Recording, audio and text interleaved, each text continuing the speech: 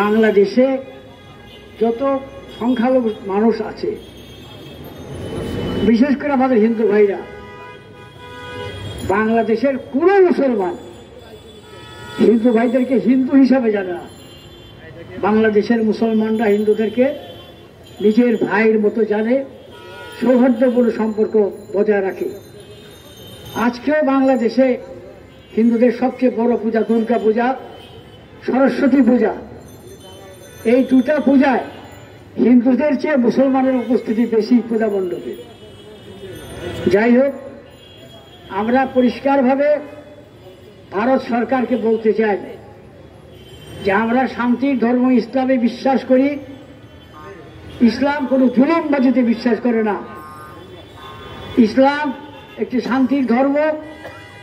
এখানে হিন্দু, মুসলিম, খ্রিস্টান, বৌদ্ধ সবাই সমান অধিকার দিয়ে ভোগ করে আসছে। আপনারা যারা বড় বড় কথা বলেন, আপনি মোদি, আপনার দেশের প্রতিদিন আপনি সংখ্যালঘু মুসলমানদের উপরে জালিমের মতো অত্যাচার করছেন। আজকে এই কালাকানুন, কালকে এই কালাকানুন, এই নিয়ম, এই হত্যা, এই মসজিদ ভাঙা, মাদ্রাসা ভাঙা প্রতিনিয়ত কাজে পড়ে রয়েছে ভারতে। আপনারা একটা সুযোগ পাইছেন, আপনাদের বড় সুযোগ নষ্ট হয়ে গেছে।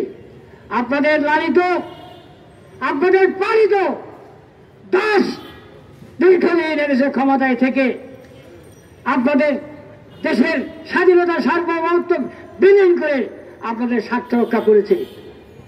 যেদিন ছাত্র জনতার উত্তাল আন্দোলনের মুখে সেই বটবৃক্ষ ধূলিসাৎ হয়ে গেছে, দেশ থেকে পালিয়ে আপনাদের আশ্রয় নিয়েছে, সেদিন থেকে আপনাদের উল্টা সুর।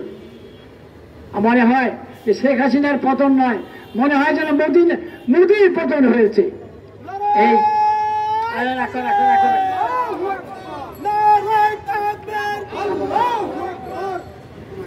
এই মনোভাব ত্যাগ করুন।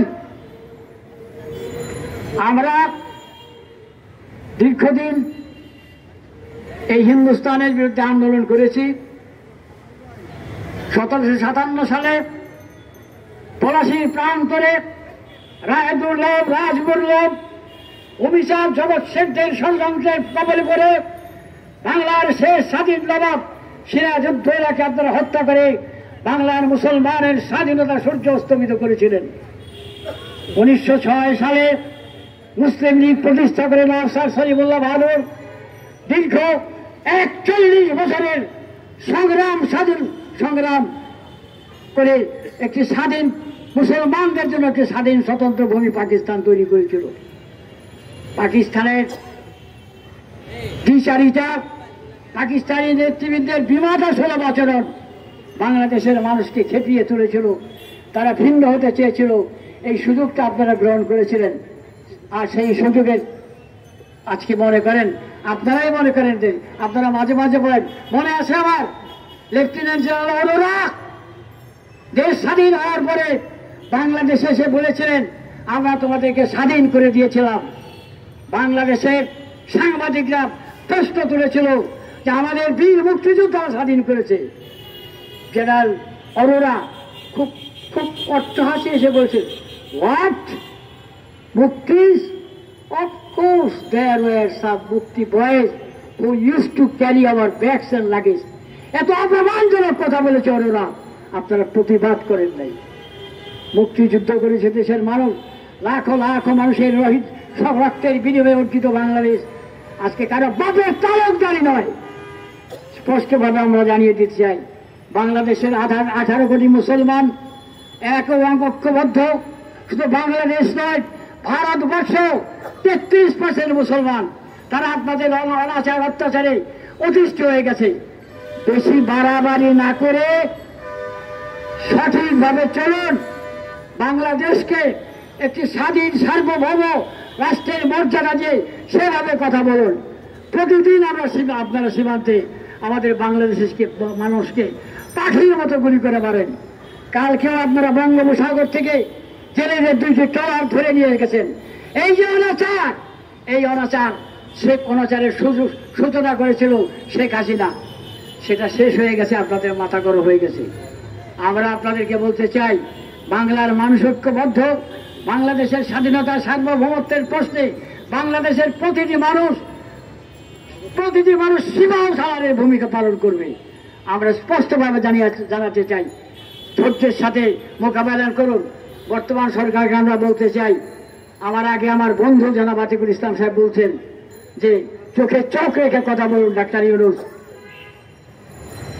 ডাক্তার ইউনূসের সরকার কোন নতজানু সরকার নয়, এটাই তাদের গাত্রদেহ। আমরা এই সরকারকে বলবো, অনতিবিলম্বে সমস্ত অরাজক পরিস্থিতি আপনারা কন্ট্রোল করুন এবং দেশের সুষ্ঠু পরিস্থিতি ফিরিয়ে এনে একটি অবাধ এবং সুষ্ঠু নিরপেক্ষ নির্বাচনের ব্যবস্থা করুন। আমরা আপনাদেরকে বলতে চাই, না বললেই নয়, আমরা এই দেশে সব দলের সরকার দেখছি। আমাদের বাংলাদেশে যারা ক্ষমতা এসেছেন তাদের সবাইকে বাংলাদেশের মানুষ চিনে। আপনারা ক্ষমতা থেকে কে কিভাবে নির্বাচন দিয়েছেন বাংলার মানুষ ভুলে নাই। কাজে একটি নিরপেক্ষ নির্বাচনের জন্য একটু ধৈর্য ধরতে হবে আপনাদেরকে, এবং সরকারকে বলি যথাশীঘ্র সম্ভব একটি সুষ্ঠু নির্বাচনের ব্যবস্থা করে আপনারা নির্বাচিত সরকারের কাছে ক্ষমতা হস্তান্তর করুন। আরেকটি কথা বর্তমান সরকারের কাছে বলতেছি, আপনারা এখনো স্বৈরাচারের দূষণরা বিভিন্ন সংস্থায়, সরকারি সংস্থায় চাবিকাঠি তাদের হাতে আছে। এগুলো খেয়াল করুন, দ্রব্যমূল্যের দাম কমিয়ে দিন, না হলে মানুষ আরো খেপে যাবে। মানুষকে খেপাবেন না। ক্ষমতায় এসছেন, আমরা আপনাদেরকে পছন্দ করি, আপনারা ক্ষমতায় থাকেন এবং সুষ্ঠু পরিবেশে একটি নির্বাচনের ব্যবস্থা করুন।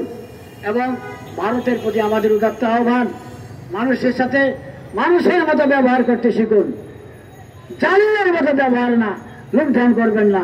প্রতিদিন আপনারা মসজিদের নিচে শিবলিঙ্গ খুঁজেন, মসজিদ ভাঙার অপচেষ্টা করছেন।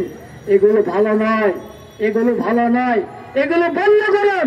বিশ্বের 200 কোটি মুসলমানের হৃদয়ে আঘাত দিলে আপনাদের জন্য ভালো হবে না।